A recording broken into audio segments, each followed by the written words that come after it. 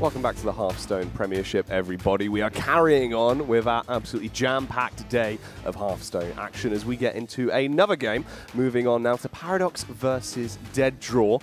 This one should actually be, I'd say, a longer one and probably full of a very drawn-out series, I think it's fair to say, right, boys? Oh, this is it's going to be pretty rough. Yeah. Pretty rough. The only way that I can see this going is if both of them decide to ban out the Warrior. That's the only thing I can see happening here to slow things down a bit. Yeah, definitely. This is going to be another long series like the one we cast earlier. The last series was pretty quick, wasn't it? I'd love to have casted that. It was just 2 aggro mirrors. Nope, we drew the short straw today. Yeah, we did draw the short straw. But they have very similar lineups, Paradox and DeadDraw. The only difference in their lineup would be the Paradox having the Quest Rogue, while DeadDraw does have his Control Priest. All the other 3 decks are the same. They both have Targ Druid, they both have Even Lock, and they both have the Odd Warrior. The big one. The big one indeed. Well, let's get the 2 lads up on stage, suited into position and ready for some Hearthstone. There they are, DeadDraw and Paradox. DeadDraw obviously played his first game of the day just really a short period of time ago. Obviously, that second series was much, much quicker than what we expected. He's already been playing a lot of Hearthstone today. I mean, that was like, what, nearly a 2-hour-long series? Is fatigue potentially a factor here? Definitely. I mean, a lot goes on in the Odd Warrior mirrors. Like, there's so much stuff going on. Like, there's so many cards to think about fatigue, in-game and out of game. It definitely went to game 5, like, but he has had a bit of time. He's had an hour or 2 to just reset. He was watching his VODs backstage, so he was very focused. He was definitely focused. Same with Paradox. They're actually sitting next to each other, just chatting about. Yeah, those 2 have been quite close. Yeah. Especially last night, I also believe that both of them went out and got food together. So a little date for those 2. Well, that's nice. You know, you nice old dinner date. Yeah, keep it together. Have a little candle-like dinner, sit yourself up. Paradox, he's a man of many traits. One of them dinners, one of them Pokemon, the other one interviews. Let's check it out. Paradox, and I am currently playing for Vexed Gaming. So I've played competitive card games for a decade, from Yu-Gi-Oh! To Pokemon, now to Hearthstone. This is my first UK LAN event. I've actually been to DreamHack 3 to 4 different times now, but this is the first time I've played the LAN on home soil. There's probably way too much pressure on myself to do well. I don't have many big results. Best result's like 5-4. I haven't got a big win yet, and I'm hoping to change that pretty much. For my first Premiership, to actually make it and then take the whole thing, that would be wonderful. But regardless of if I win or lose, I'm here to have fun. As long as I'm doing that, it doesn't matter where I come, really. For Paradox, a win would mean everything, and a loss would leave him feeling vexed. But will he be able to find success here today? Does have those lavender candles, that could be a bit of an edge, but his opponent is an absolute gamer. And what do we expect to see coming out from DeadDraw in his second game of the day? Well, it's Pokemon Master versus Yu-Gi-Oh! Master in this scenario. You know, DeadDraw, I still really favour him just in the entire tournament. You know, even though Toast has looked really strong as well, he just recently played. You know, DeadDraw, he's young. He's got the passion that you need to take that all the way. And yeah, this is going to be a bit of a long one. We'll see really about the fatigue, like you did mention, how that comes into play, and really the mentality and the mind state, if both of these guys can keep slugging it out and try and get these wins. Yeah, try and get those wins is the key point. We spoke to DeadDraw earlier as well. Let's see what he had to say for himself about this one. I am DeadDraw, and I play for Team Viral.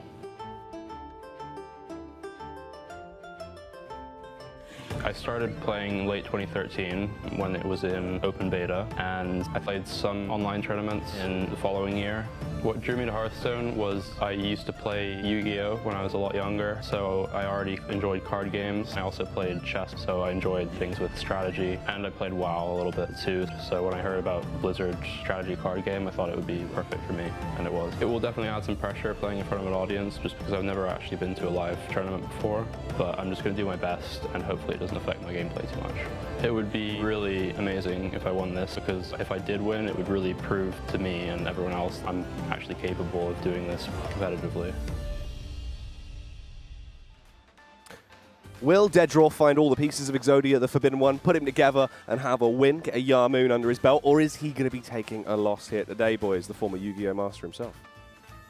So just once again looking at the matchups between Paradox and DeadDraw. So the only difference is the Quest Rogue and the Control Priest. It might not look like that much of a difference, only one deck out of the 4 being different, but the Quest Rogue for Paradox is very vital against DeadDraw because all of DeadDraw's decks are control decks, and they are very weak to the Quest Rogue, which basically preys on the control decks. So we'll most likely be seeing the Quest Rogue being banned out for Paradox by DeadDraw. And on the opposite side, I think the Paradox will most likely be scared of the Even Lock, even though the Even Lock's not as strong as, for say, the Quest Rogue.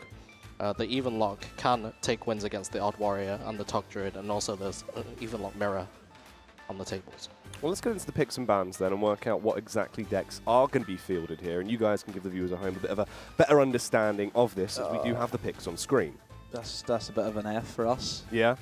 So yeah, as I said before, the Quest Rogue did get banned out, and the Even Lock got banned from DeadDraw. So 100% correct. That bell's going to come in handy for you later to wake me up. I'll leave that one with you, mate. You can keep that going. Obviously, the banter bell can be used also as the awake bell for this one. Yeah, make sure Cheap's on his toes. Don't want you falling asleep, because then, a And, lot of Fs. We do see both the Warriors there being left up. So we might potentially see another Odd Warrior Mirror. I know you love these demo. I'm going to cry. But yeah, the other decks remaining, DeadDraw of course has the Priest, whereas the Paradox will have the Warlock. So Priest is probably the fastest deck out of that. That's pretty surprising to say. A lot of these decks do go to fatigue, like the Tog Druid. The plan is to draw all the cards, switch decks, basically make your opponent fatigue. And the Priest is probably just one of the fastest decks out of all these, but Priest could have a hard time getting a win because the Tog Druid is quite good against the Priest. Even Lock does pretty well too, and the Odd Warrior, as we've seen before, is very good against the Priest. Very good indeed. Well, let's get into the action then. DeadDraw, in his second game of the day, now goes up against Vexed Paradox. Who is going to come out on top? Only you two will find out. Guide us through the action. I'll leave it with you. I would like to think it would be only us two. Job done. So, DeadDraw starting off with his Tog Druid and Paradox as well. We're going to see a good old Tog Druid mirror match. Mirror shock. I feel like it's going to be a lot of mirror matches today. Ooh, this is pretty good hands for both of these guys. DeadDraw just about has the edge because he has the Wild Growth into the Nourish, as Paradox he only has the Nourish. But, oh, I was about to say, Paradox had the Malfurion going for him. Not anymore, as that also gets picked up by DeadDraw. This is a mental hand for him. So this match was actually really interesting. Like, the normal game plan between Tog Druids and any other deck is that you draw all your cards and then you go for this the Florist. You discount one of the combo pieces of Azalina and Togwaggle, and then you switch decks. But in the mirror, you're both drawing cards, right? So you're eventually both going to switch into a deck that has nothing. Your opponent's not going to have any cards, you're not going to have any cards. So how are you meant to win this matchup? This is where I could see the 0 mana Azalina that we were talking about earlier. Yeah, this is a possibility. Definitely. But a lot of people, a lot of pro players have been discussing this matchup. A lot of people just say it just depends on pressure. You just want to play down cards such as the Arcane Tyrants as quickly as possible. Just build up a board. And if you manage to do more damage than your opponent in the early game, then it matters a lot because this matchup will go down to fatigue. It also depends on who has Malfurion as well. You want to get that Malfurion up and running, make use of that enhanced hero power. And since both players have Malfurion at the moment, Paradox currently has the board. He's just chipping away with this Bludge Mage Falnos and this MC Tech. Like, he just decided to just plop that MC Tech down just for a bit of board presence, just start chipping away because in fatigue matchups, every single damage matters. Yeah, it certainly does, and this is, the best turn 7 in the game, and that's exactly what is going to happen is big old Malfurion, the Pestilence, will arrive, and he can start chipping away also with his hero power, or just go ahead and arm up if he chooses to as well. Paradox, taking a bit of time to think about it, he doesn't have the ideal way to start getting his own Malfurion out, because he's going to have to, I would say, Nourish is probably his best bet, but then again, he loses the board presence that's already stacked up as well. So there's two options really here. Since he has the Blood Mage Falnos, he can opt to use this swipe to swipe away the Scarab and trade in with the Mind Control attack, killing both Scarabs. But this also forgoes using the Nourish, the ramp, developing the Arcane Tyrant, and he could have also played the Malfurion the turn after with the mana he gets from the Nourish. So he opts to choose the first line, I said there, with the swipe. He just wants to keep chipping away with these 2 minions that are currently on board. But DeadDraw, he's just going to go ahead and just take away all that chip damage, armor back up, and yeah, he's going to be looking for this UI in the following turns. You also see he got one of the combo pieces in off the Dream Petal Florist that he needs to land onto that Togwaggle or onto the Azalina, whichever one he decides to water up and make them small. Instead, usually expected, oh yeah, the girl with the watering can is going to make them big. No, makes them small. Yeah, that's interesting, isn't it? Yeah. So DeadDraw, he knows this matchup very well. As you see with the branching paths, he could have chose to draw 1 card and an ultimate infestation the turn after, and he still wouldn't have discarded any cards. But he opted to use both armor gains on both the branching paths effects because he knows that armor is very important in this matchup. You're going to draw a lot of cards anyway because your whole deck basically consists of cards that draw cards. And he just knows that at the end of the day, it's going to go down to fatigue. If I have a bit more health than my opponent, that might be the deciding factor in winning the game. You also see that the twig was picked up, so that's going to be another piece of the puzzle that you don't necessarily need, but it always does just assist in helping you. If you got that in turn 4, and I believe that having a twig on turn 4 gives you such a huge advantage because by the time you get to, like, say, was it turn 9, you're ready just to go and smack. Typically, we see it more with Malagos Druid. It's becoming a big factor in that. But in Togwaggle, still, it gives them that extra mana crystals to go for these combo pieces. Yeah, the twig also means that if you ever get the completed twig, you don't need the Dream Petal Florist discount. It's a second option. It's a second option. It's just an extra option, and it's only really punished by a Gluttonous Ooze, and you force your opponent to always take in a Gluttonous Ooze. And in the mirror, neither of them have Gluttonous Oozes. So if you get this twig up and running, then it's always eventually going to get its full value. And that's exactly what he will do. It allows him to clear away that Blood Mage. So another swipe potentially that did happen before. Doesn't have to worry too much about that. So looking at options, I'd imagine it's just going to be Malfurion's going to come down. And yeah, you definitely eventually want to play the Malfurion. You also have double Ultimate Infestation in your hand. Your hand's quite clunky right now. Yeah, it's pretty rough. Yeah, you have 2 10-mana cards. The Florist, you can't play the Florist because you don't have the other combo pieces. And you have a Plague, which is quite a lot of mana to use. You just really want to be playing your cards, dumping as much as possible to ensure that when you do Ultimate Infestation, you don't discard any cards. Because if you discard, there's a lot of vital cards left in your deck. You don't want to discard any of the combo pieces. And you don't really want to discard any minions because you want those minions to keep on board and to force your opponent to try and move them. Otherwise, you'll be pushing more minion damage. So I know that we said that typically in Togwaggle Druid you have that, you basically give your opponent all of the fatigue cards because you said Druid, all they want to do is just draw, draw, draw, draw, draw. In this matchup where both of these guys are drawing extremely, I'd imagine then that's going to be over a lot quicker than what we would with other matchups. Yeah, definitely. The mirror goes quite fast because, like, Druid, you have a lot of mana game cards, Nourish, and Wild Growth, so you get your mana quickly, and you have a lot of insane draw mechanics, such as the Nourish. You can use that to get either the game second mana. Nourish usually. Yeah, normally usually first Nourish to game mana, second Nourish will draw cards. You have the Ultimate Infestation, draw more cards. You have Branching Paths, Ferocious Howl. Even like Paradox has a Blood Mage Valnos just to increase. Even a Wild Growth gets you a free Wild draw Growth as well. on 10 mana gets you another card. Druid's just one of the best classes at drawing cards. One of the best classes, for the most part. Yeah, it's one of the, definitely one of the top. There's at least 4 classes. top decks, all from Druid. Yeah, Druid's very versatile. It just has a lot of good cards. You have this, you have Token, you have Malagos, Yep. Mechafin. Big, Taunt. Big, yeah, Taunt. Whoa, there's 6, Yeah. I count. Maybe It's not just Mechafin. because the mechanics in Druid is like, you can gain a lot of mana really quickly, so it allows for you to play all these really big minions, and also allows for you to do really insane combos. So, still, see Paradox, he used his Ultimate Infestation. He starts drawing a good bit of cards. nothing still there. He hasn't found, you know, his Azalina yet, nor has DeadDraw. They both have their Togwaggles, both have their Florist as well.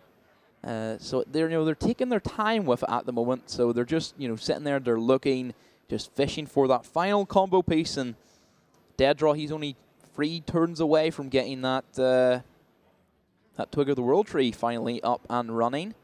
Yeah, so he's only really missing the Azalina. So before he Azalinas, he really wants to expend all of his cards as possible. Before he takes Paradox's hand, he really wants to use up the swipe on like face just to deal that extra bit of damage, because, as I said, everything comes down to fatigue. DeadDraw also runs the version with Oaken Summons and the Iron Bark Protector. The Iron Bark Protector, so he has this extra minion that can start chipping away. So here, I believe that Paradox was possibly thinking about going for that, but as you can see, a bit of a bad draw for him as MC Tech gets picked up just there, right in the end. Yeah, that definitely made him rethink his options, because if he plays the Dream Pearl Forest down, then he could have discounted the Mind Control tech. So if he does want to go with this line, he has to play down the Mind Control tech as well, which doesn't allow him to fit in that hero power, which he wants to do almost every turn. Another thing as well, DeadDraw could potentially go for double naturalize here.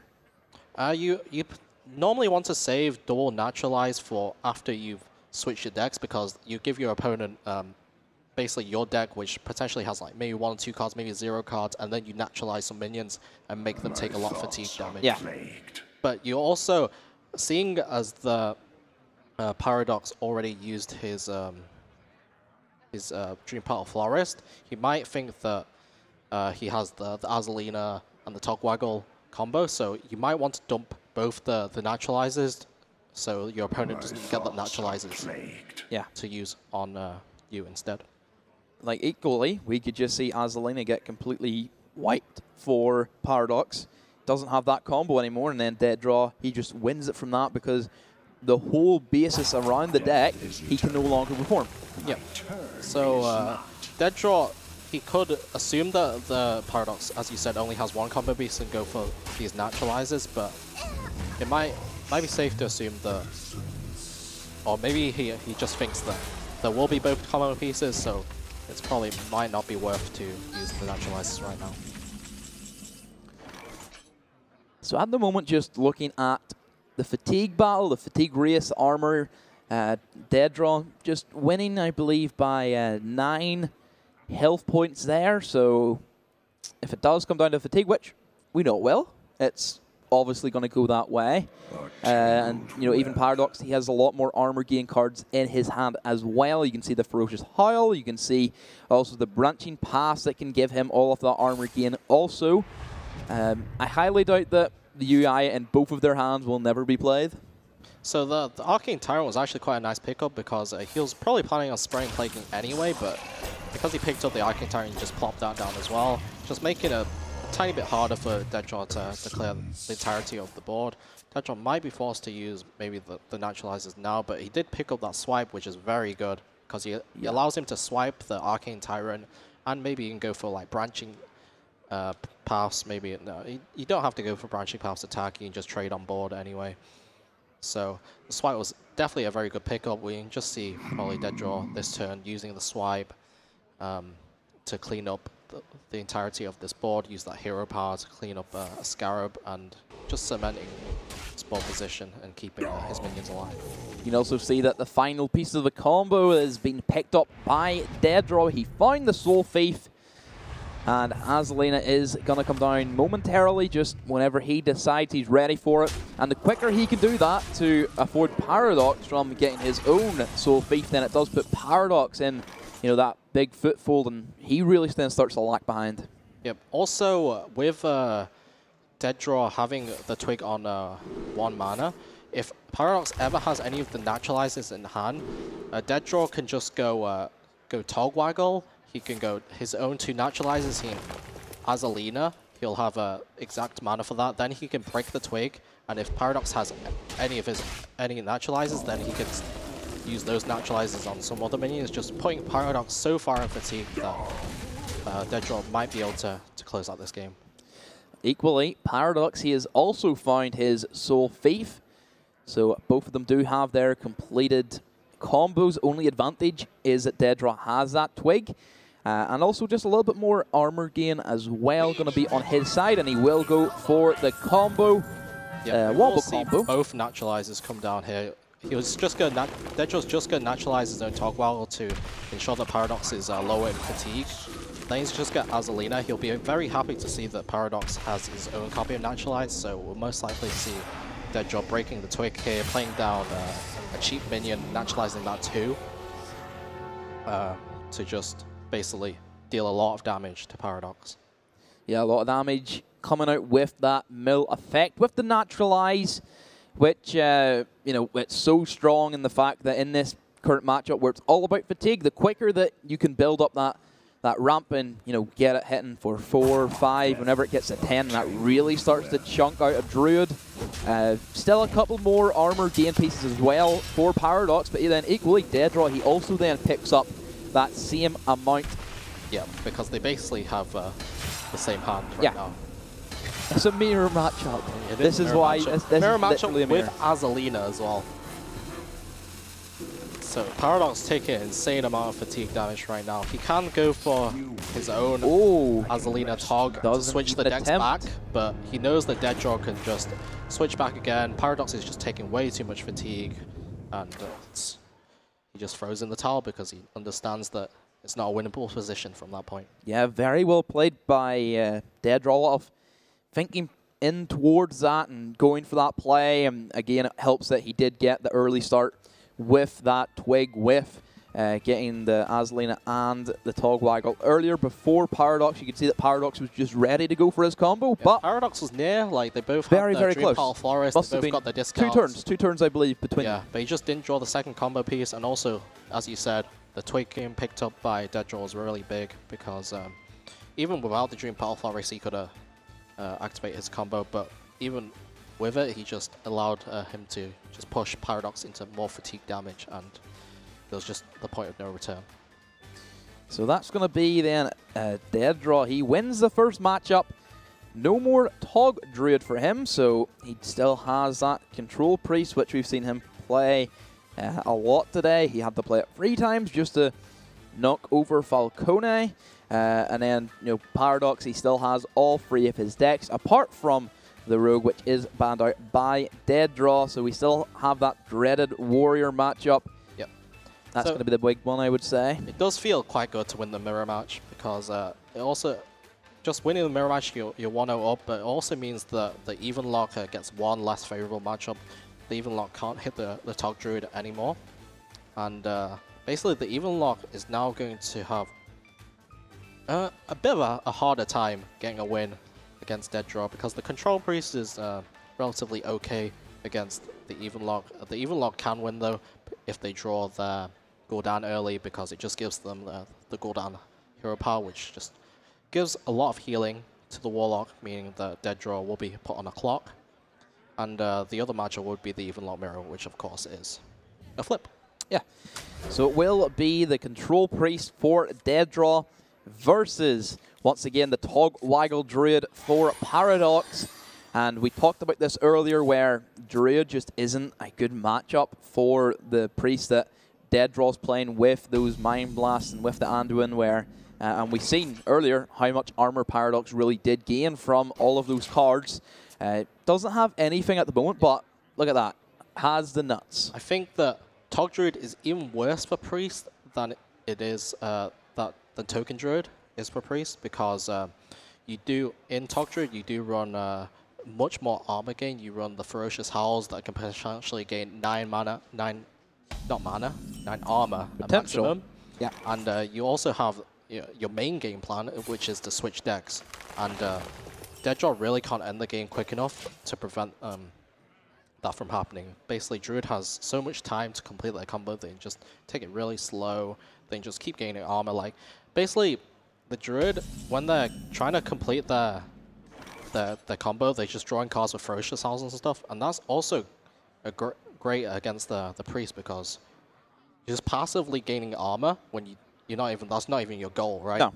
You're just gaining armor because you want to draw cards, and you're just getting more out of range of what the priest can do. And as you can see as well, Twig on turn 4 is always going to be pretty big, so DeadDraw, I believe he does run 1 Gluttonous Ooze inside of his deck, so he needs to find that pretty quick before the combo is established. And, you know, Paradox, he is essentially just needs Azalina, technically, if that Twig does not get rid of. Yep, the Twig is very great on turn 4. As you saw last game, Twig is an amazing card if you do get the full effect of the Twig. Paradox also has the Nourish, which is also great. He's just choosing to Nourish for cards here because he's lacking card draw in hand. If he did have a card, say, such as the All-Mess Infestation, we would see the ramp up going there because you just want to ramp as quickly as possible up Infestation because it's such a powerful card. But without that, it is a good option to just go for the card draw, ensuring you have more options for the following turns. So not a lot really that DeadDraw can do. You can see that he has both of his Mind Blasts already, which isn't too good. There goes the Holy Fire as well, which we discussed a bit earlier, where that can also be another potential bit of burst damage to really fire forward to it as well. You know, looking at the way that Paradox has, he has everything that he needs. He doesn't really have to go crazy. He can just sit back, has the clear. He has the Spellstone there as well, which is one of the best cards just for really small removal. Yep. Which he's going to go for. Yeah, Paradox does have this copy of Starfall, which is quite good at clearing off minions. It's just a big removal tool. Along with the Spellstone, he easily clears off the Twilight Drake, which is one of the best minions for DeadDraw to draw early, because normally it's quite difficult to deal with. Like, it might force Paradox to use a card such as Naturalize, but as you can see, Paradox had a pretty good way of clearing it, and DeadDraw is now just forced to play down one of his Dust Breakers because it's really the only thing he can do here. Otherwise, he'd be passing the turn, and you just want to play down your minions and just hope to chip away at Paradox's life total. So it is going to be pretty slow. We expected this matchup particular to be pretty slow compared to what we just had previously with the very aggressive Mysterious and Toast Monster matchup, which Toast Monster took another one of his teammates down to the shallow grave. Yeah, it's just been a lot of M&M team kills this week, hasn't it? And I expect it might be a few more in the games to come. So that's a good question for you, James. In the final, let's just say, who knows what it's going to be? Boar versus Toast Monster, who wins? Boar versus I mean, I can't really be biased here. I mean, well, biased casters are a bit of a thing. They're both my HGG teammates, though, so can't really edge against someone. Just say Jackie. Just say Jackie. Yeah, all right. Jackie's just gonna fly home from Ibiza and just come down to ESL. And he's out having a good time. Yeah, he is definitely having a good time. Hopefully have him back next week to play against Hong Kong. Yeah, he needed it after, Yeah, Bulgaria. Need that extra member. Playing 3v4, it wasn't really fair, was it? So you guys get to have another fair at Bulgaria again. At BlizzCon whenever you qualify. Yeah, we'll get our revenge. Oh, yeah. Definitely. Oh, that's a good draw for Paradox. Gets the Azalina, so the combo is ready to start rocking and rolling, getting this going. So Paradox really just wants to play the Ultimate Infestation down. So as I said in the previous game, when you have Ultimate Infestation, you just want to ensure that your hand is very small, and you just want to dump as many cards as possible to ensure you don't overdraw anything important.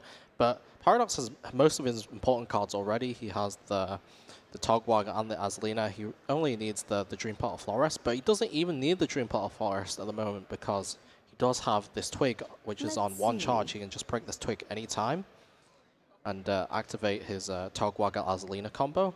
But I feel like Paradox can just go slow in this matchup. He's not in any real rush. He still has some cards in deck. Just opts to go for the Coin, the Innovate, and the Ultimate Infestation. Only 4 cards in hand, so draws 5. Won't overdraw any cards. Even draws an Arcane Tyrant, which he can just plop down here. This is a lot of pressure that he's putting down on board. There is some Annoyatrons to like soak up, but they don't kill the minions. Every time I see Enervate inside of Druid, I automatically think Mechafoon. Every time. Because you expect this Mechafoon innovate, naturalize. Yeah, right? that's pretty much like, because after nerf to innervate, where it's like a counterfeit coin basically, which was never run inside of Rogue, apart from like the odd Miracle Edwin, where you get like a 2020 Edwin on turn 2. That's besides it, really, isn't it? Yeah, that is besides it. But counterfeit coin is really good in that Rogue deck. Too bad we won't see it anymore. Yeah, it's been rotated, but we do see an innovate. That's true. It's going to be always here to stick around, along with some new cards as well that was released. Oh yeah, there are some new cards. Quite interesting cards. Yeah, you have free 1-drop spells, and then you have a 2-mana mage spell. 2 mana, deal damage and freeze an enemy. No, that's not it. I think it's deal 2 damage to a minion if it's frozen draw card or something like that. Just like a wild. I think so. It's like what's it called? The Wraith from Knights Cold of Wraith. That's it. Cold Yeah. Wraith. It was basically I called it Cold Spider Tank. What? Because it had a Spider Tank body, which is a free mana free fall. Oh, I know. I just think you're going insane. See, this is what control matchups do to you. Just lost my mind. But that big board that was being implemented by Paradox has been screamed away back into its deck. It goes, so still continue on with this slugfest. DeadDraw just still hunting for that Anduin. And really, if I was Paradox and I see that there's no Anduin yet, why don't you go ahead and steal it? And that just completely kills DeadDraw and he can't win. Well, I think that he can just follow his own game plan and he should be able to close out the game anyway. Like if you draw all your cards and give your opponent a 0-card deck, you're basically shutting down Anduin anyway because they run out of resources to be able to ping. Yeah. You also want to draw into your Malfurion because you don't want to allow a DeadDraw getting the Malfurion because Malfurion is such a key card. We see Malfurion as the priest, and then we see Anduin as the druid. Now, that'd be interesting, wouldn't it? That would be good. I would confuse a lot of the viewers that just tune in halfway through. They're like, so this guy's the priest, or is that guy the priest? Hello? Production got it wrong. Boo, production. F in chat. Yeah. But Paradox just following this game plan. He just wants to draw his whole deck. He draws another Ultimate Infestation, so we'll probably just see another turn where Paradox just dumps his whole hand, like this Spreading Plague, this Annoyotron, maybe something else he draws off the top, and then goes to the Ultimate Infestation the turn after. But I'm sure the Paradox is nearing drawing his entire deck already. He's already used the Ultimate Infestation, he's already used the Nourish, some Ferocious Howls. So we might be very close to seeing the end of this game since DeadDraw really has not got anything going this entire game. So you can already see that DeadDraw is starting to expand some of those Mind Blasts. Paradox, just his last 2 draws, he's just drew the minions that was screamed back into his deck. So, it's delayed it just a little bit, but here we go. He's going to go for the Togwaggle and go for the switch. So we could potentially see the Anduin and the Malfurion that we were discussing. Because DeadDraw did steal the Blood Mage Falnos, so the switch now means he can kill off the Blood Mage Falnos, just fatiguing DeadDraw a bit more. Paradox just realizes it's time, it's enough. This is just good enough to do before he draws the Gluttonous Ooze, and he understands that DeadDraw will eventually just lose in fatigue with no way of transferring the deck back. Yeah, and just good enough. That's the best way to sum it up. And also, another person who has done just good enough to see himself in out of the loser's bracket. Burns the Board Malfurion. control did manage to take out Falcone 3-2. So your teammate survives. My caster teammate goes home. It's unfortunate for you. Yeah, well, Falcone, he did his job. You know, he took two out of board. That's pretty good. Fair play to him. Fair play. But we will see the Season 1 champion moving forward. It's going to be board versus toast. Yep. I've jinxed it. But to be fair, wouldn't be too bad of a game. It wouldn't be too bad of a game. bad of a final. It'd be I'd be happy with that final. Yeah, but I thought you were rooting for DeadDraw, weren't you? Yeah, well, you know. What happened to that? We'll see. Okay.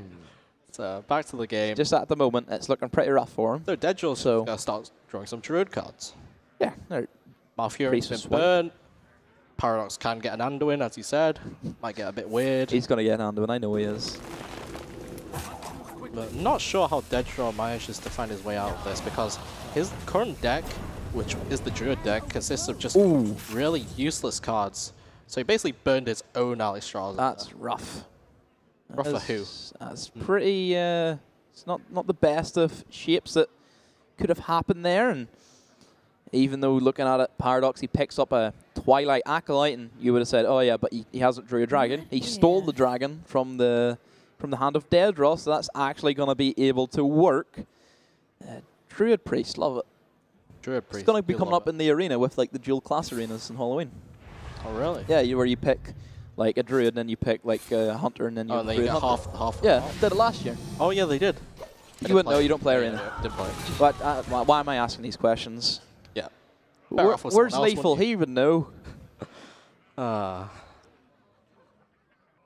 just trying to work out how he wins this game. He's trying to think about, all right, so what's left in Paradox's deck? That's what he's thinking right now. And like combo with the cards I currently have in hand. What's gonna happen? He actually opts to switch deck and use the Ferocious House to draw one more card from his deck. Just hoping to draw maybe like an Anduin or something. Yeah, I think that's exactly what he was fishing for. Doesn't get it, unfortunately. And Paradox will switch it right on back. Also gets a pretty good card in Dreamplay of Force out of that. Now we do know that this will be the last card in DeadDraw's deck, because the Paradox switched it just now. So DeadDraw's just shortly going to be taking a lot of fatigue damage. And he basically just has to work with the current cards he has in hand, which is a whole lot of nothing, because you have one minion, a cleric, some healing, but just understands, yep, not going to win a fatigue with the current hands I have in hand. My opponent's at 40-something life. How am I ever doing? How am I ever getting through? Not possible. Move on. So that's going to be good. And also, guys, we have a bit of a special guest coming in. We did just mention him earlier. It's going to be Falcone joining us on the desk. This is more better territory for you than what it was previously, as I think we're just trying to sort out his mic issues. I think we've got it now. Hey guys. How's it going? Not great. Not great. The reason I'm here is because I was just eliminated. Ooh, feels bad. But I'm back in my rightful place, so all good. Feels bad, so it does. So yeah, that's going to be DeadDraw tying it up. Going to be not too bad, you know, looking at the decks that he still has. What do you think, if you've watched just a glimpse of it? No, I'm coming in blind. I've literally come straight from the all you have to do is look at that. So essentially what happened was, actually bring up the mat, or the decks, could we please, production? That would be wonderful for Falcone if you have that ready. There we go. So you can see what was banned out, what they still have.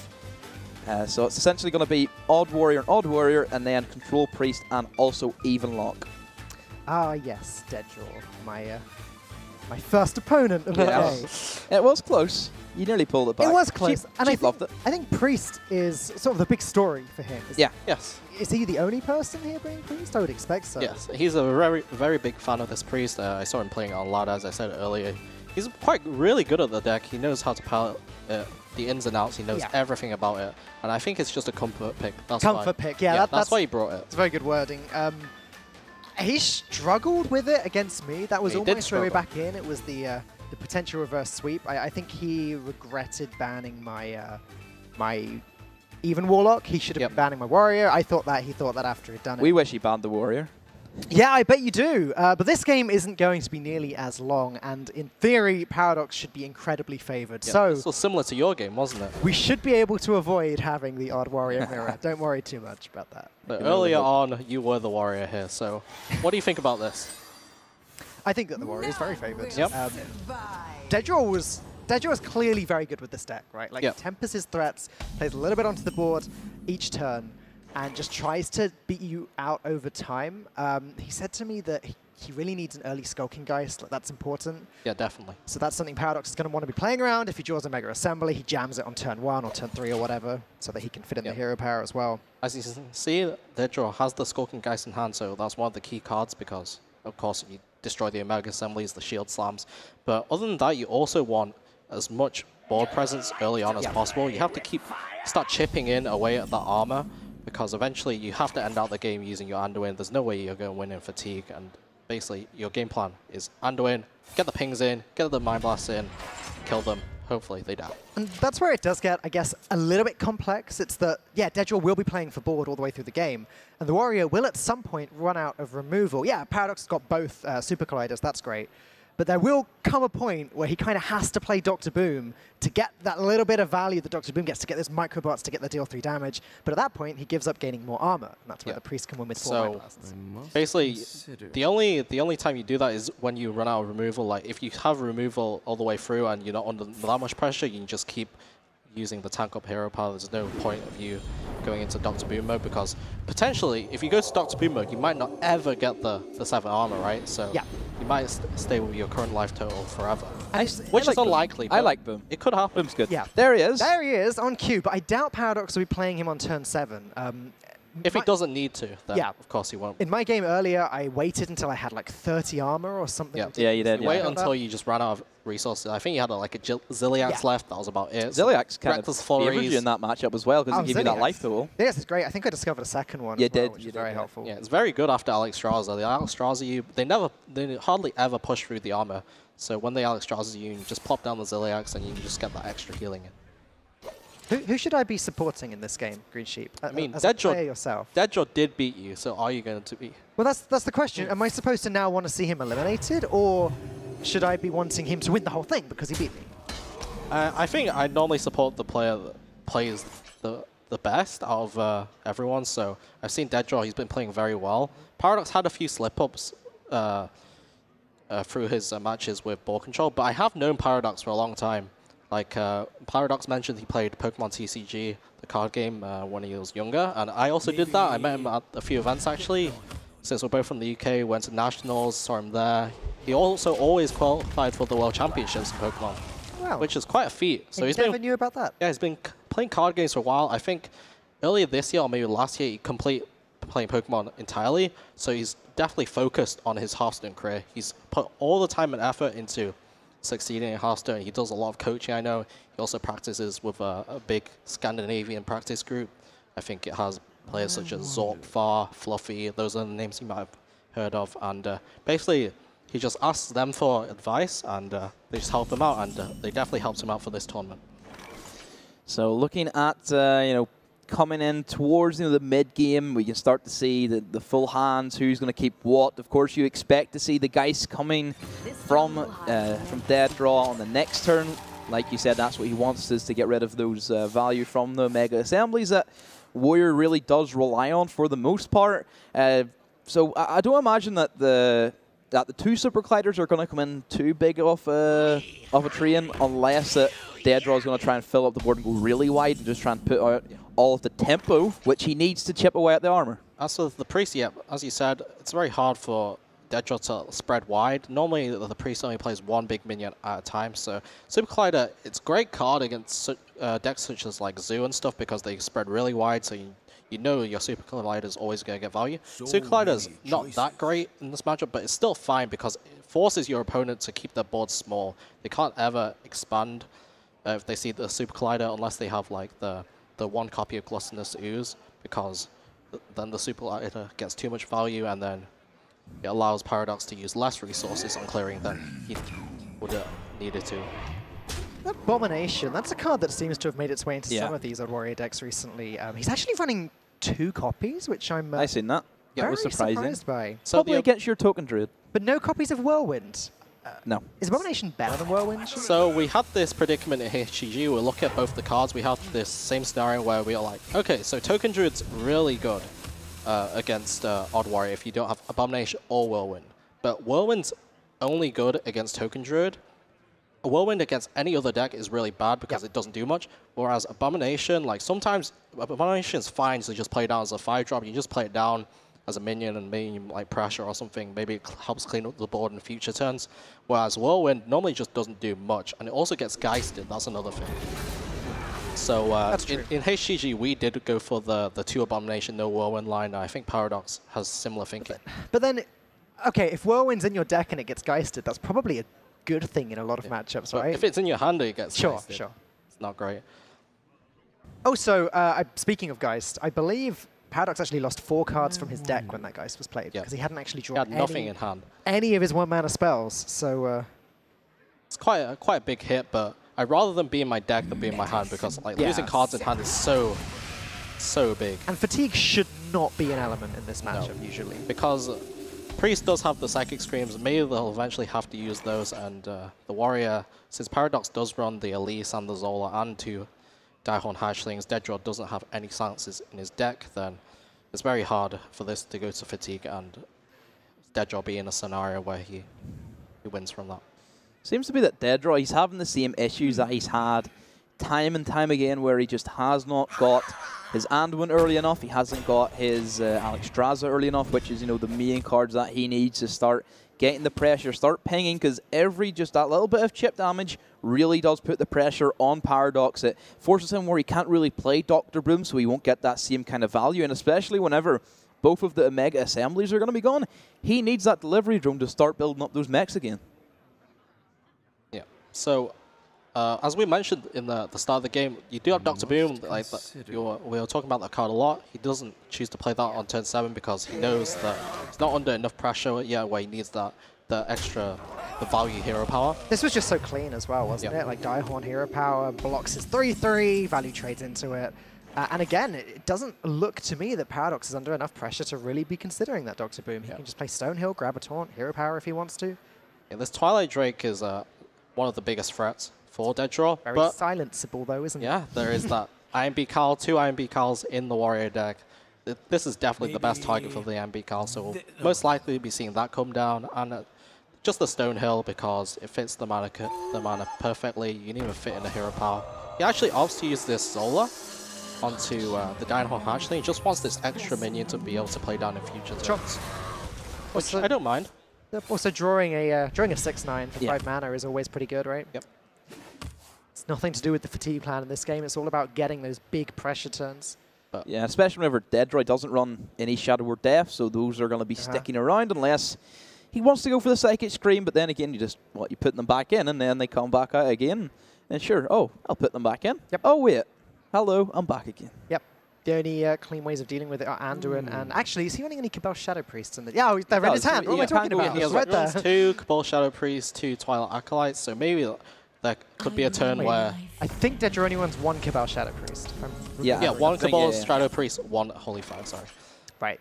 That's the combination he chose to go with. Normally you just run 1 of each, or maybe 2 of 1, but never you run like 2 Holy Fires, 1 Cabal, because that's just a bit too much. You normally don't have space for that. Paradox only concern is I just want a hero power every single turn. Maybe. But he does have to find a way of dealing with this Alexstrasza, because you don't want the Alexstrasza to start punching in the face every turn for 8.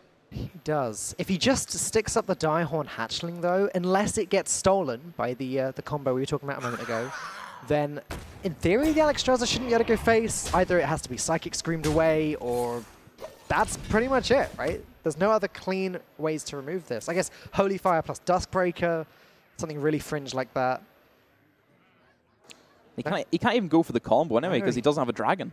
Yeah, that is true. He does have both the Twilight Acolyte and the Cabal Shadow Priest, but he did use a lot of his dragons already. He used like the Twilight Drakes, he used the Alexstrasza.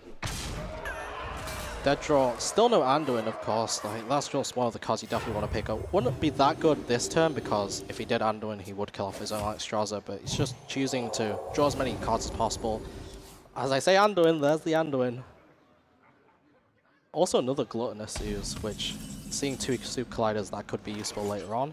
Paradox in the same predicament he was in last turn. Still no good way of clearing the Alexstrasza. Maybe he has to go for a Brawl. Maybe he has to dig with the Shield Block. Shield Block's quite a good card in this matchup specifically, because you gain the armor, you draw a card. The Warrior deck normally doesn't run any card draw, so you always want to open up your options. Goes for the Brawl, wins the Brawl, and that's just really big for Paradox once again. It was very likely that the Alexstrasza wouldn't survive though. I was wondering if he was going to go with the Gem-Studded Golem that turn, actually, just kind of take the biggest thing. What do you think he was thinking with the Daihorn? I think that he just wants to open up his options more, because he doesn't want to pick the biggest menu, because he always wants to fit in this hero power. With the Daihorn Hatchling, he can play the Stonehill as well, and he can fit another hero power. Or just play Shield Bot maybe along with it. There he is. There's the man himself, the person who could potentially win this for DeadDraw. It's going to be pretty tough, because there is still quite a lot of armor that he has to go through, and even more armor that you talked about with the shield blocks as well, and even Dr. Boom can give you instant 7, so still a lot of things that DeadDraw has to just keep on going on through, and you know, hopefully we could see a Priest actually beat a Warrior for a change. This was one of the better scenarios for DeadDraw, though. He did end up getting the Anduin plus the Alexstrasza. Unfortunately, he didn't stick much minions on board early on to start chipping away at the armor, but this is probably the best chance he has of winning. Just stick down the Anduin, start clearing the board along with trying to ping your opponent as much in the face. So many choices. One of the things that DeadDraw was able to do against me very efficiently was cycle Shadow Visions. Yeah. Yeah. Every single turn, play a Shadow Visions, ping the face a bunch of times, keep playing it, keep playing it. Obviously, if you draw a Shadow Visions, you can't do that. Yeah. Both Mind Blasts in hand is also... He also ensured that the last Shadow Visions he played, he actually picked up the Mind Blast against you. Oh, did he? Oh, yeah. okay. So, because if you don't pick up the Mind Blast, then you might draw the Mind Blast the next turn, and you won't ever get that extra Mind Blast. You lose a lot of damage that way, yeah, sure. So another big card as well that Paradox has is Azalina Soul Thief as well, which I don't believe that we seen that included in your deck, if I'm not mistaken. Azalina in my Warrior? Yeah. Is she? I don't think she's in DeadDraws. Yeah, I believe she is. They Is both she? have. Not We didn't. the Priest, I don't think we. obviously, I don't think we've seen them all being pulled out. Oh yeah, no. In the game I played against DeadDraw, we actually both had Azalina no, in wait, our that's hand. your both I think the Azalina, Volcano. and that's Yeah, why that's- you both had mirroring hands. And he kept I thought playing that was Volcano. a Shaman I was thinking of because of Volcano. But yeah, okay, yeah, I remember now. Warrior can be whatever it wants to be. Yeah, After. that was pretty good. And like even in that matchup, there was. Did you see some of the legendaries he got as well? He got like He got Tess. Grumble. He got Grumble? Yeah, he I got didn't Grumble. know He never got to play it though because he threw it away and took your hand. Yeah, he had a lot. The strangest thing about DeadDraw's Warrior is that he's not running Elise or Zola, which really, in theory, hurts him in the mirror. It definitely unless does. he gets a big. You are very ahead in the mirror, but you didn't manage to clear up the Beryllium nullified minion. So Drew, That was a big minion. Drew talked to Boom like 10 turns after he did. I think Yeah, that was the issue. that was the thing we discussed about as well. But the turn before, DeadDraw actually chose to forgo pinging face at all. He just chose to go the Twilight Acolyte and the Cabal because he did manage to pick up another dragon. So he's just trying to create a really big board. He knows like he's never going to get there if he keeps pinging every turn because the armor up hero part is just way better than the ping most of the times. You have to fit in 3 pings to basically do 2 damage to the warrior. So he has to rely on getting the board and also just using the board to just start hitting face with the minions. Demo, are you relieved that the Warrior looks like they're going to win this? Yes, I'm very happy. Loses, I'm then very obviously, happy. Your favourite matchup will be coming up next. And hey, I'm under no obligation to be here. I could just slip off if that Yo, happens. if you- Bye, guys. Hey, I wouldn't mind slipping out for that, but of course, yeah. Don't people forget, you can't see the bottom half. I'm actually tied to shackles on the desk, so I'm not allowed to leave until I'm done. So yeah, Oh my goodness, it's true. Some rips for demo. You're lucky you don't have them. Sheep, I don't know about you, Sheep. Yeah, I don't have that. I can just walk off when we hit the control. Oh yeah, warrior leave mirror. me to solo cast. I have to Warrior tell you mirror guys, matchup. though, I feel a lot more relaxed standing here casting than Yeah, I'm it's playing. just a lot less pressure. I don't know if it's because I'm used to casting, obviously, but like, I don't know, competing feels like you get something wrong, you lose the game. If you cast, you get something wrong, That's you Hearthstone. just pretend you didn't get it wrong. Yeah, it's just very different. Like even me standing here, like I don't have that much pressure on my shoulders. Of course, like I want to be a good caster and like just mention really like smart lines and like just spot things that you might not have spotted at home. So just like basically educate you on what to do. Educate demo more like it. Twitch chat don't spot anything, don't worry. They never know when you get something But wrong. yeah, it's very different playing and just standing here. Yeah. You see both sides. It's different. It's definitely really different seeing both sides of both players' hands because if you see both sides, then maybe you choose different plays to what the player's actually doing. But if you see your player doing a play that you might necessarily not do, then as a caster, you put yourself in their shoes sometimes and you just try to figure out why did they do that. Yeah, because you've been there, you've done that. Yeah. You know exactly what these guys are thinking. Equally, you could say the same. Yeah, Not so much compared to him, but yeah, it's certainly, you know. It's cool. It's been a fantastic still done it. experience that I will draw on in the future. I just wanted to say, Paradox having both Super Colliders there, you can see how much of a difference it made because this looked like DeadDraw was finally getting to stick one of these threats to the board, but it doesn't happen. And now he's got to go back to playing 1 minion at a time because otherwise Super Collider pretty much annihilates him. Yep. Though Paradox is eventually running out of removal DeadDraw did get the Daihon Matriarch from the Daihon Hatchling that he stole earlier on. So maybe there will be a time where Paradox will be forced to play the Dr. Boom, but this is quite a strong turn anyway, just forgoes the hero power once again. Just play down 2 6/9s, and as DeadDraw runs no silences, it's so hard to get through both these taunts. So there's a bit of a weak point at the moment where DeadDraw, he's running into, hold on a minute, I can't really play any big things because Super Collider's there, and equally, there is still going to be another Reckless Flurry if Paradox has to go for it. He doesn't want to, of course, because then he could potentially die just to the Mind Blast, which he will. But then again, you could just play Boom, which is always going to be another big card as well, which he's held there since, I believe, what, turn 7, I want to say? He's held it for a very long time. He had it on turn 7. And it's like we said, he won't play it until he absolutely has to, until suddenly DeadDraw has too many threats, Paradox can't deal with them, and he needs an extra way. As it happens, I expect we'll probably see the Ngoro pack opened before we see Dr. Boom get open some packs. Because let's see, I mean, Volcano, as we saw earlier, can happen. He just has to keep himself at a very healthy life total. Maybe he uses the Dr. Boom afterwards just to gain that 7 more, but at 32 HP, you're very safe right now. There's no way you're dying. The maximum reach from DeadDraw would be 22 with 4 Mind Blasts with the ping, and that's quite unlikely actually. See what he gets. Is there going to be anything in there to help him? Well, it's a very okay pack, isn't it? It's a very mediocre. It's a Flappy Bird. Flappy Bird's good. I like Flappy Bird. Flappy Bird's good. Sheridan's okay, but you're never ever going to play 4 cards as an Odd Warrior. Yeah. To you get Mega Assembly into like 3. Oh, it'd have to be 3 different minions though, because it's 3 discovers. So yeah, 3 cheap. Next. Skaterbot. Skaterbot. Eternium Rover. Yep. And Faithful Lumi. Yes. Okay, yeah, that one. We found it. Well done, Sherazan Seed. You can be rezzed once. Good job. The problem with Flappy Bird is that it just dies. Like the priest just pings it twice. It's not an issue. So many dinosaurs this game. Yeah. So many dinosaurs. There's been a lot of Daihon Hatchlings and Matriarchs. Paradox has a second silence somewhere, right? So he can activate this humongous Razor Leaf. He can get that attack. Yeah, he definitely can. He does have 1 more Iron Beak in his deck. He only used 1 on the Twilight Drake.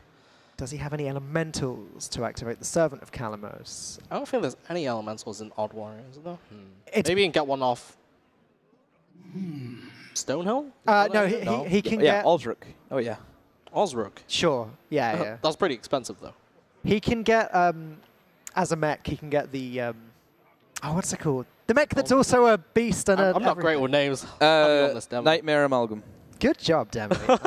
Hate it. Wow. Little brain fart there. Yeah, if he gets the Nightmare Amalgam, that's an elemental. You can get that from any I'm Discover. so proud getting the names because you never know them. I definitely never know them. That's a bell for that. Derek messaged me yesterday, actually. He wasn't very happy that you guys are touching his banter bell. He left us. He left us. Oh, what's he going to do about it? He's too big for the UK, so... Is he going to fly over from Poland and take the if he wants to commentate my space, by all means, Starrock, because it's not the funnest matchup for myself. I mean, at least it's not on our Warrior Mirror. Still pretty long. Yeah, but this definitely goes pretty long. I mean, at least there's no Benedictus. Yeah, there's no Benedictus. As you know how that feels. I wasn't casting that one. I was watching it from behind the scenes, but yeah. But yeah, DeadDraw's definitely like he's in not a great spot, but he's not at the point where you go throw in the towel. So he's just going to play every turn to the best of his ability. What was funny about that series, the Benedictus one, is that we almost had that game where it was Warrior versus Priest with Benedictus in, and then we almost had the same matchup the other way around. The other Priest also had Benedictus, so we almost had two 1 hour, 40-minute games in one series. That would have been, I think, a Hearthstone. I think the factor why it was so long is that the Portugal game, they played Benedictus and then they drew Dr. Boot straight off the top. Right. So they got that hero power going, and because normally if you keep drawing priest cards, it's not going to do much, but with the Dr. Boom, you actually have a lot more options. Talking about Dr. Boom, he's still there. Yeah, still there. It's just not. He just doesn't need to play it. Yeah, when Paradox actually has a board, then he's in a great position. Definitely care in a great position. And eventually, DeadDraw's going to run out of minions. Like, the priest doesn't have an infinite amount of minions, doesn't have an infinite amount of resources. Only has a few dragons left. Just got to play those down. Once these dragons are dealt with, then you really don't have anything. You just have a handful of spells, and you just have to try try to win the game off those. What was Paradox's remaining deck? Was it even lock, did you say? It is even lock, indeed. There's patches. New patches. Doesn't do anything. I think that card's actually just way worse than patches because Baku, it's 9 mana. You can't even fit in your hero power. But in a world where DeadDraw plays Psychic Scream, passes. That's pretty big, Paradox okay. sticks up a 9 mana 7/8, and then like, okay, clear this. I almost said patches then. Baku can do some work. In certain situations, Baku can be good. I'm not saying you ever want to draw it. I'm not saying you'd run 2 if you could, but like, it's probably the worst draw you can ever pick up in your opening hand for an odd Opening hand, I want odd rogue. It's horrific. Miss patches.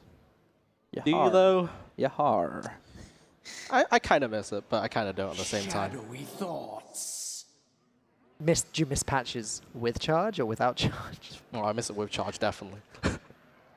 Enough. It is pretty cool. So. But of course, I'm just a rank 10 scrub. Do you, James? Not rank 10. You're rank 5. Yeah, rank 5 scrub. Don't put yourself down. Sorry, like Mr. North American servers. But I wonder if when I was playing, people were spamming rank 50 caster because you know they're increasing the rank. You get 24 rank, 25 more ranks now. Great. Something for you to achieve for, James. So, wait, this match is still going on. Completely just. I mean, in a game like this, it's going to go on for a little bit longer. There's not really that much more that we can add to what's happening. Actually, now DeadDraw's playing the Mind Blast is pretty interesting because he's decided. He's just decided, all right, it's time to turn it up. This Primordial Drake's actually going to connect for some damage, so maybe I can eventually get lethal over a few turns because he knows the longer the game goes, Paradox is just going to keep gaining more and more armor, so it's unlikely you're going to win in a long game. So he's trying to quicken up, maybe find a lethal over 2-3 turns and try to get there that way. Another dino. It's Jurassic Park in here. That's what Paradox has. That must be about the 6th one he's played. And there goes the big plant, which unless he goes for the Isle the next turn, that doesn't really do much. Which he did pick up the Iron Beak Owl, but yeah, DeadDraw onto his last card basically has to work with what he has in hand.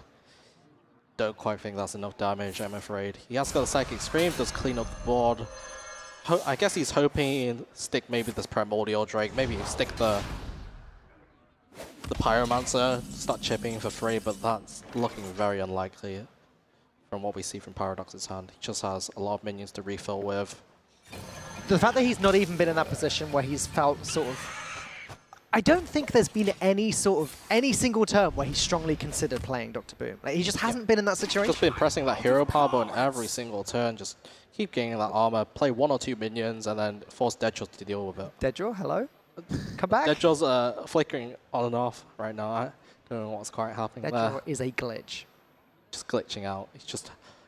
That's why we didn't know who he was a year ago. Because oh yeah, because he just disappears. Yeah. After. It's better than, did you see, must have been last week of Prem? Leroy and his light went out and he was like a completely unlockable character.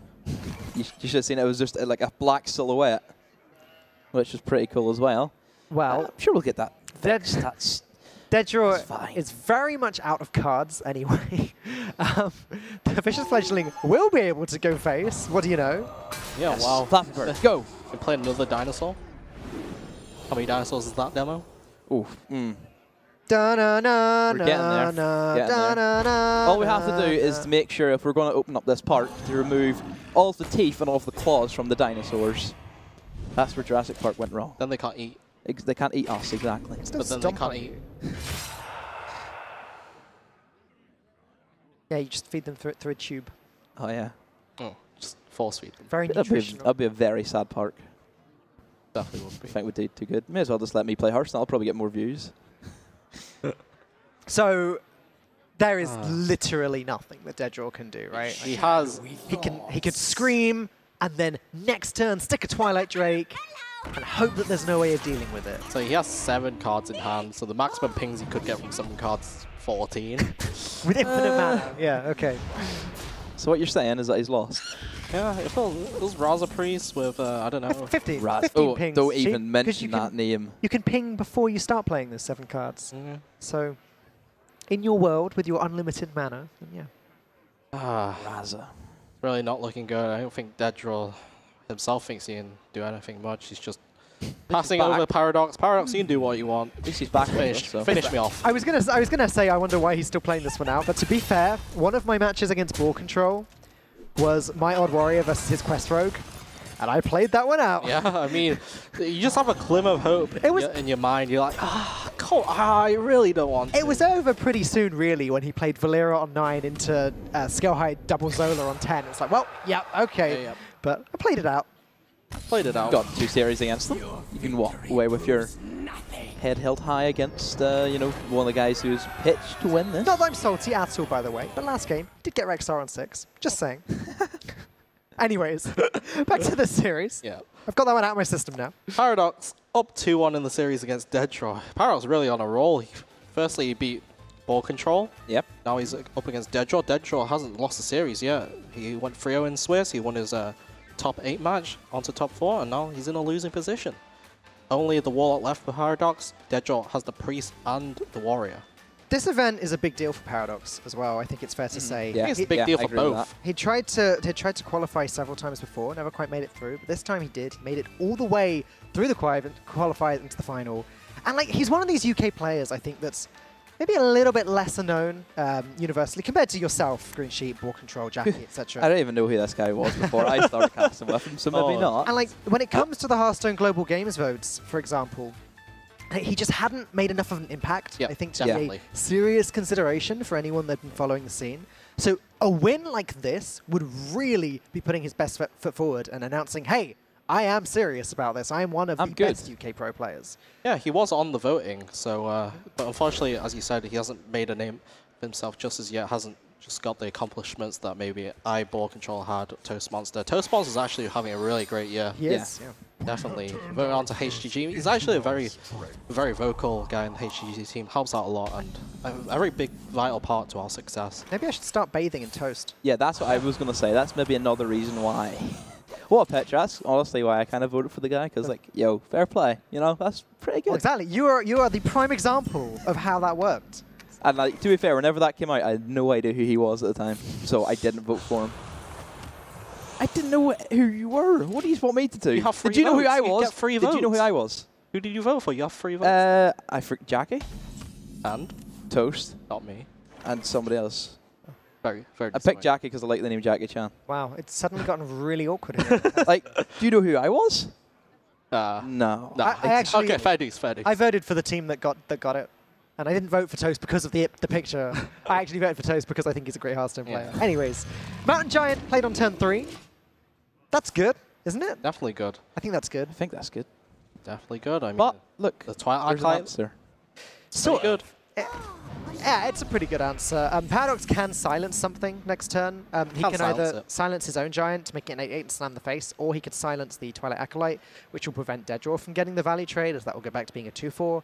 I'm actually not sure which one's better here. I think that you just want to silence the 8/4 because you can get the value trade in with the Spellbreaker. You said that after he'd already done it. Yeah, doesn't count. He's a hoax.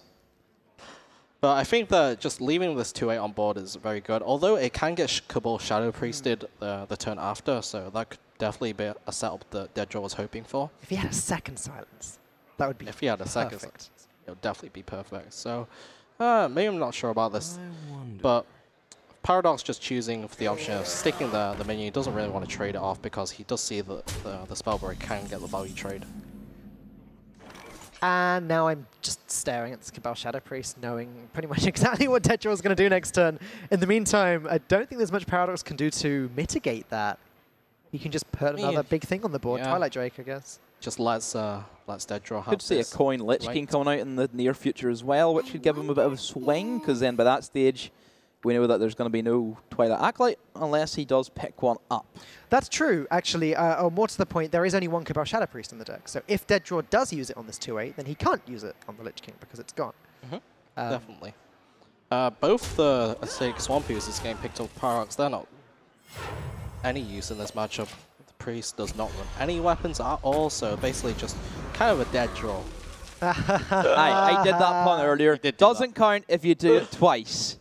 So this is how Paradox mitigates the Cabal Shadow Priest. He just trades in the Giant, makes it so it's now a 2/3. If it does get stolen, it's not the absurd amount of stats that would have been taken before. I don't think Paradox is going to be too upset about this. So this matchup normally goes down to the Anduin, but you can see DeadDraw already mounting a lot of pressure on board. So maybe we might not even need the Anduin in this matchup. Maybe the DeadDraw might actually get there with the minions he has on board currently with the Mind Blast in hand. But the long-term game plan normally is that Paradox really wants his Gul'dan. You want to get that Gul'dan down so you can access the Gul'dan hero power, keep healing up, and eventually you will be able to out-heal what the Priest has, because you do have cards such as the Spellstone. He also has Siphon Soul, the Shroom Brewer. He should have enough healing to get out of range of the normal Anduin Priest burst damage, along with the threats that he will put down in the turns in between. I'm really intrigued by the fact that we've seen a bit of a rise in Bone Mare inside of Evenlock. It was arguably one of the strongest cards inside the meta back in the day with the Tempo Rogue. Got nerfed to 8 mana instead, but it's still putting in quite a big shift. It's almost just like another way of lethal as well. It's almost as if you're attaching a Blessing of Kings with a 5/5 body as well. I've seen, I believe it was yesterday, in the matchups in Evenlock, one of that was Bone Mared onto a minion, and it did just smack face and got lethal from it as well. So I like the Bone Mare. Could come down pretty handy if he really wants to put on a lot of pressure for DeadDraw, who then will more than likely be forced to get the Psychic Scream out, unless he does pick up, of course, Anduin in that scenario. Yeah, the Bone Mare just allows for anything to basically be a threat after turn 8, because maybe you say the Sun Fury Protector stays on board, then if the Sun Fury Protector doesn't clear off, then you can always be weak to this Bone Mare that could come down as just, as you said, just 5 face down. Yeah, pretty much. That's what it is in a nutshell. There's the Mushroom Man you couldn't name. Yeah. Shroom Brewer. Yeah, he didn't know that. I didn't know before. Now I know. Come on, man. If you're going to get into casting, very weak. You got some hope. Very weak this weekend. Definitely do. How we say tomorrow goes. I learn from my mistakes. Don't worry. Says That's what we like to hear. Couldn't remember Nightmare Amalgam. I feel really bad about I that. did. To be fair, like Derek is my casting partner, and he knows every card name. It doesn't know so does Demo. That's why he's my casting partner. I play Arena, so yeah. Right, yeah, well that's it. It doesn't matter if the card does or doesn't see play at all. Like random card that I've never even seen in my life before. That's the comes out of a random effect. Me and Derek have that same thing where it's like, oh yeah. There's just so many cards in the game now. There just keeps being more and more. Sometimes I think of wild cards and then I start naming those too. Like sometimes they have similar names, you know. You should do a quiz on how many cards you I'd be actually really know. bad at it. I could just start naming obscure card names and you wouldn't get it. Yeah. I would be really bad. But hopefully you're not bad at analysing this game, because that's what we need you to do right now. I mean, I'm pretty decent at analysing games, if I may say so myself. You may. Oh, you can. Go ahead. Okay. We trust you. But as you can see, board state has gone back into Paradox's favour because he does have much more minions than DeadDraw, so there would be a point where eventually Paradox would swing the board state, and he has already done it. So DeadDraw back on his game plan. You have to draw cards, you have to get this Anduin up and running. He doesn't really want to use the Psychic Screen just as yet. He's not facing that much pressure. It's just 10 damage a board. It's quite a bit, but it's not as much as he wants. I don't know about you guys, but I'm staring at this Bone Mare right now. Yeah, making like a hole on the screen. That's what I eyed up the whole entire time. You know, just punch an extra 4, which is pretty strong. And the thing is about that as well is that it's somewhat weak to Anduin. Yeah. That's the problem. Yeah. But the benefit of playing Bone Mare now is that because it's protected by the taunts, if DeadDraw has to Psychic Scream to clear it, it goes back in the deck and be played again later. And more than likely, he's going to Bone Mare the Vulgar Homunculus, because then that's going to be the only one to get killed by Anduin along with the Bone Mare, because the other 2 are still on 4. Yeah. Yeah, I quite like the Bone Mare here, though it could be an overcommitment, but I think for this turn it's fine, because if your opponent does Psychic Scream, then he will be able to play the Lich King. I actually choose to play the Lich King. I might have opted to hold on to that, because you are scared of Psychic Scream to some extent. He hasn't played any yet. If he's eventually Psychic Screams this turn, then you'd probably much rather have the Lich King on the empty board. There are so many cards that clear this card now, though. Like Duskbreaker would clear the Lich King up. Primordial Drake would clear the Lich King up. Pyromancer plus some spells would clear the Lich King up. So I guess Paradox's game plan was never to get this thing to stick. Yep, he just wanted maybe the Lich King card. Just want to hold on to this Bone Mare later on. the surprise burst damage maybe.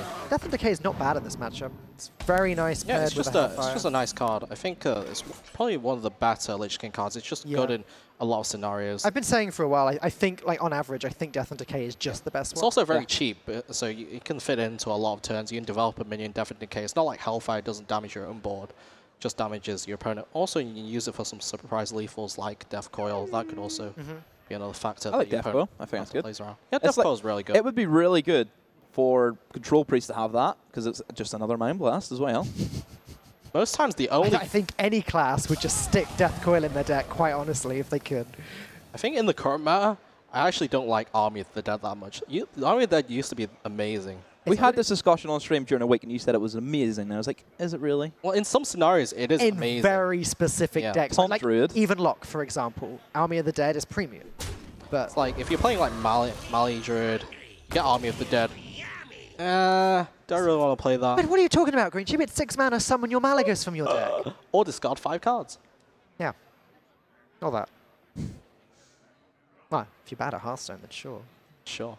Yeah. There is an Alex Straza, but Alex Strazaing Paradox basically does nothing. It does a Hunter Hero power. It's basically an 8/8 with a Hunter Hero power attached to it. Alex doing his own phase would also do nothing as well. He's pretty much at the same life total.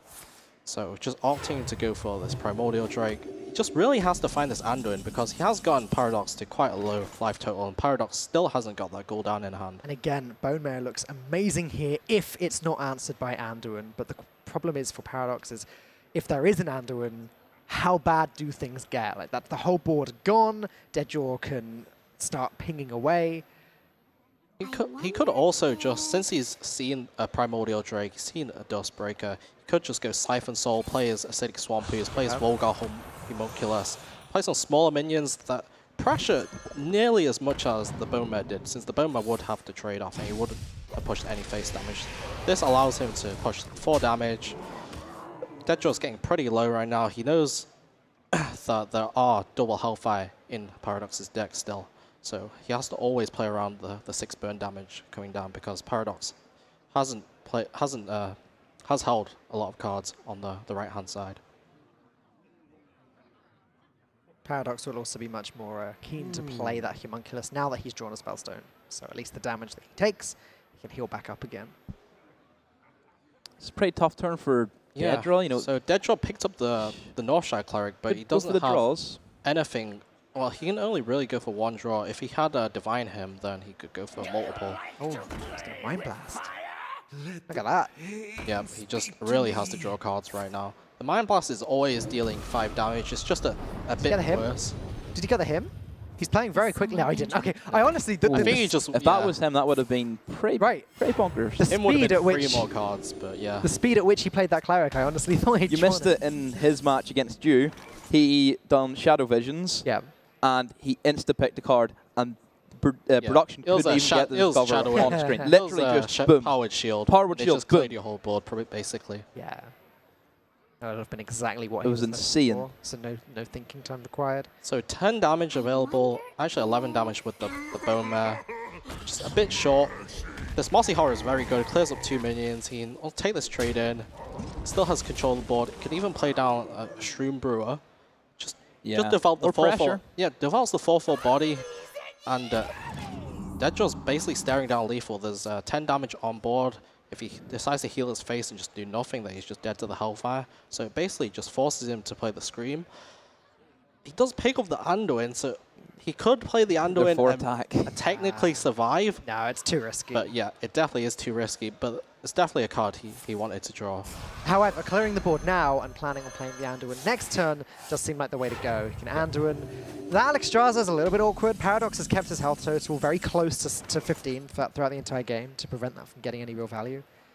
And this might be the swing that DeadDraw needed. Yeah. Because since he screamed this turn, Paradox isn't really playing around Anduin because he hasn't seen it being played earlier turns when it was definitely good. Just decides to play down the Mountain Giant, which will get cleaned off by the Anduin, and also he plays down the 3/2 Swampoos that are kind of pinged afterwards.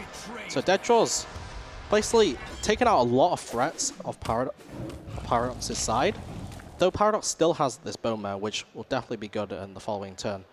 But DeadDraw's actually quite close to killing Paradox with the Holy Fire pickup. He also has the Shadow Visions to potentially get another Mind Blast, and Paradox doesn't have the Gul'dan, which was a vital card. He did pick up another Shroom Brewer, which is another form of healing, along with the Spellstone, so he can be able to survive for a while, but it's looking like a game that can go either way at this point. He could go Shroom Brewer into Gen if he wants to.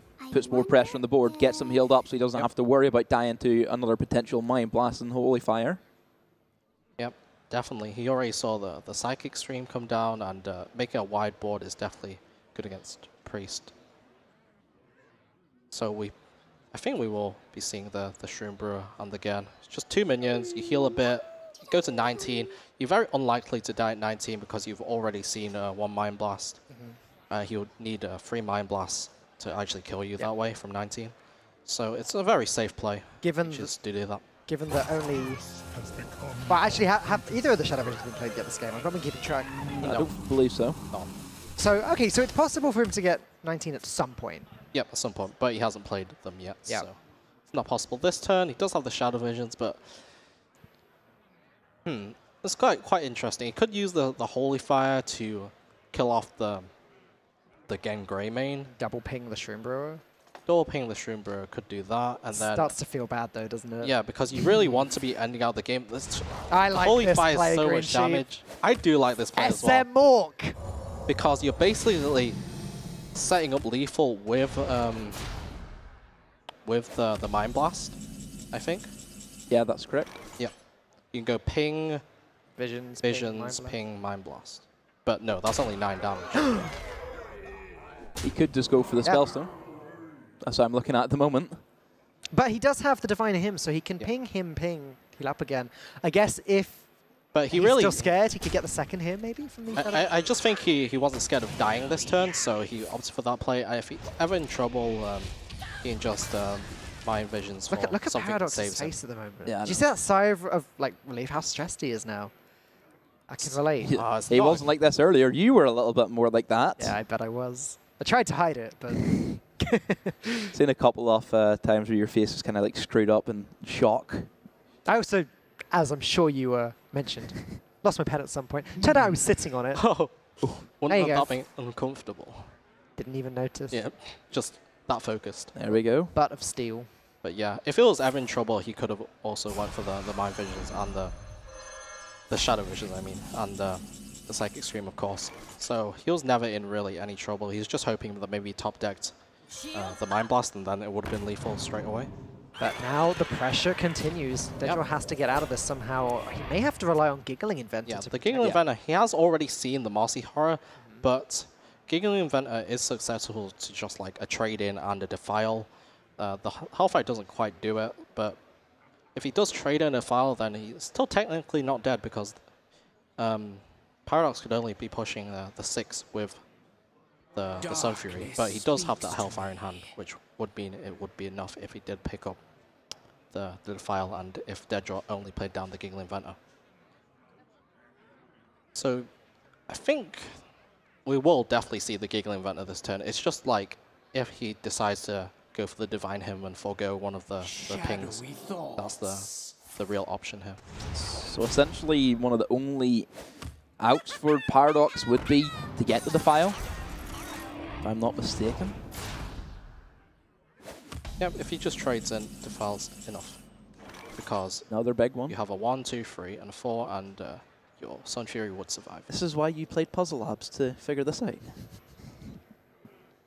But Paradox is now in a predicament, right? Because you're at 11 HP. Oh, you're really not happy at this life total. You die to a lot here. You die to just 1 Mind Blast plus another. Oh, did you see that celebration there? Easy and clap. It's just lethal. Easy clap. Is just lethal with the Hellfire. Sorry, that also hear him did. laughing then. Whoa. So that was a pretty good laugh there, and that will be the perfect draw to send DeadDraw out, and Paradox will go ahead and take himself another win, and he moves on to tomorrow's grand finals, and we'll see how he performs. I believe that we're going to say goodbye to you, Falcone. We're going to let Bye, the guys. other guy come over. You're doing a great job. Enjoy the rest of this weekend. Come on, Jack Andrews, come on over. I cannot wait to talk control winner. Oh, bold predictions there. I'm quite happy that we didn't go to The Odd Warrior. the Odd Warrior, because that would have been... it wasn't as bad. I thought it was going to be a lot worse. Still, I would have liked to have our previous lineup with Toast definitely. versus Mysterious. I love casting aggro mirrors because I'm an aggro player myself. The control matches are quite boring to me, but they're quite interesting at the same time. Like, I typically don't like them myself, but I can see how some people could enjoy it. And there are a lot of different lines that you can take in control mirrors that you can't in aggro mirrors. Right then, guys. Well, I've joined the desk again. I'm back. Don't worry about the Falcone. He's used to bottoming out of things pretty quickly, so isn't going to be a surprise he's been removed from the desk and the tournament. But we are back in now. And what did you think of that one? That was once again a long affair. Was it the result you expected? I didn't. No? Personally, no. I thought DeadDraw looked really strong winning with his matchups that he had, but, you know, Paradox, he played it really well with that even lock, and I still come back to it. The fact that DeadDraw didn't get his Anduin and his Alexstrasza early completely ruined his whole entire playstyle with his Priest. And fair play to the guy for actually taking Priest, one of the only Priest decks we have here at the finals. Yeah, the Priest deck did in fact get swept, if I'm correct. It just lost every single game. That was the weak point in the deck. Priest deck's really not teched to beat the control matches. You see as the Giggling Inventor in the deck, he really wants to be beating those aggro decks, maybe with the Priest. Though it does have a shot against the decks such as the Even Lock. He was quite close at the end. If he had one more turn, if Paradox didn't get the lethal at that exact time, then DeadDraw was in quite a good spot. He could have potentially had lethal himself, but it didn't quite work out for him. And the Priest does end up letting him down, and Paradox, What can you say? went on to the winner bracket final. And this is going to be a really big confidence boost as well for Paradox. As he said, you know, this is the one he wants to try and pick up. Doesn't have his first big tournament win. Winning the Prem would be absolutely huge here at EGX. And it's a big shame for DeadDraw, though, right? In terms of what we've seen in LAN environments, it's been very restrictive. We haven't really seen him there. He's not been in that scene. But the ladder, he's always been up there. So do you think mentally, obviously, where it's been mostly online games, is he going to have that fortitude now to be okay, be able to deal with it? Obviously, it's not that big of a loss. He can come back, right? There's always a big difference between playing at your house in your own comfort to playing at LAN. Any esports, you look at it, it is going to be the exact same. You're there in the moment, in front of a live crowd, in front of everybody watching at home. A lot of pressure on you in that environment with cameras, lights, everything around you, and some people do crack underneath it. I've seen it happen to the best players, and, you know, yeah, it's his first time, but he hasn't done too bad compared to what other people have done under the pressure. It's true. Well, we invented a lot of signs. I saw him going for one of these at one point. You know, the little sound sign off the eye. Yeah, it was interesting. He's got the hand gestures down. Something that he does have down as well is using Logitech gear, which we have available for you guys at home. You can get involved with the giveaway to grab yourself some wonderful bits of kit that you can have in your home setup. James, you love Logitech, didn't you? Oh, I definitely do. Have a Logitech mouse myself. So do I. Wow. G4 Freeze, great. All the boys. Or other esport titles that, let's not name. Nice. Other brands are available, of course, but Logitech are the one we're talking about, so keep them in mind. But we will be heading on over to the stage. Paradox is up there, and he is joined by Frankie. Frankie, what's he got to say for himself? Well, it's his first LAN since 2 years ago at WESG in Ukraine. How does it feel to be on top here in the UK, Paradox? Feels all right. A minor addendum, by the way, I have been to DreamHack before. It's just nothing quite as big as, like, the ESL UK Premiership. It's an absolute wonder to be here. Like, first time qualifying, first time in top 4. Feels amazing. Commiserations to DeadDraw that 1 in 3 out at the end of game 4. Oh, that was so... Oh, I have no words for it. And some mistakes were made on your part as well, right, Paradox? Yes, so in that match, I had theorized that the only way I win this series is if Evenlock can somehow get a win. So in that line of logic, I leave Togwaggle Druid up because Evenlock is really good against Togwaggle Druid. I didn't think that he would open with it. I probably should have thought that, and I should have just opened the Evenlock out of anticipation. Instead, I opened the mirror match, and we all saw what happened in the mirror match. He just got like Wild Growth, Twig, Nourish, everything, nothing I could do. Well, I don't want to dob you in, but you did say to me you thought DeadDraw was going to be a bit predictable.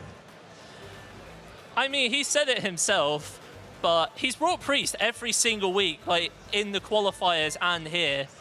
Priest is not that great in standing at the moment, but he's served him well so far. Like, he's 1-1 at the moment. He's got, like, mostly aggressive lineups in the losers bracket, so he'll still do just fine, in my opinion. And you've just got the winners final and then the grand final. Will we see you there, Paradox?